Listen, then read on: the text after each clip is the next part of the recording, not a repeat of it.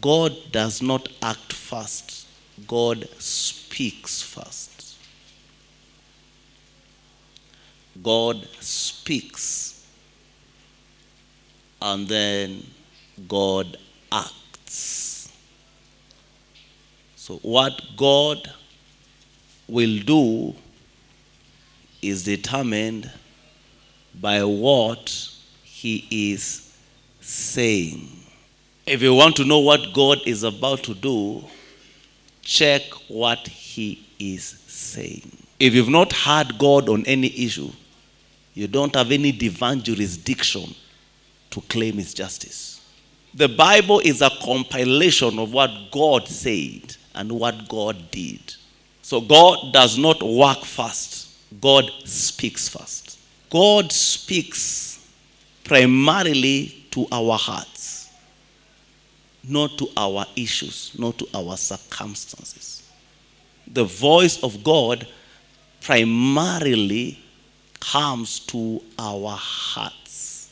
Proverbs chapter 23. Verse 26. Proverbs 23 verse 26. It says, my son,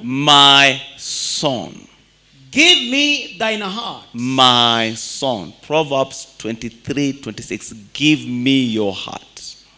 And let your eyes observe my ways. Observe my ways.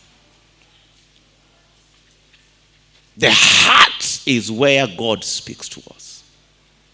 There is nothing much God is going to do in your life apart from speaking. What you do with that voice is another ball game, Abi. But his involvement in our lives is determined by what he has said. Genesis verse 21, verse 1. Yes.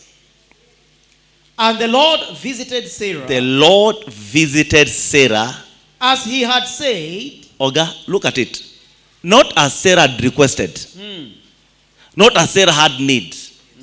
He visited Sarah as he had spoken. And he did to Sarah as he had said. Now, you see, God doesn't visit because you have a need. God doesn't touch you because you are in need.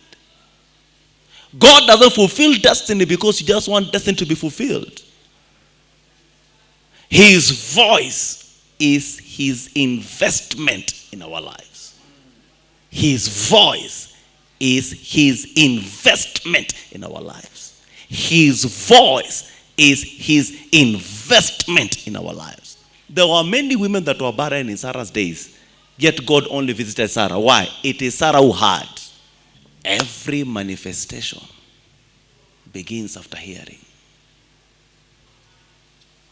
Every divine manifestation begins after hearing. Every divine manifestation begins after hearing. If your heart has heard nothing, then it will be fallacy for you to believe that something will happen. No matter how many scriptures you confess in the name of Jesus, it will not happen. His voice in our hearts is his investment in our lives. It is what he uses to locate us. And the Lord visited Sarah as he had said. As he had said. Not as Sarah had requested, as he had said. The voice of God is his investment in your life. It is what he will use to reach you. Not your needs, not your pain, not your experience. His voice. What God tells you is what he will follow up in your life. Destiny fulfillment is at the mercy of what God is saying.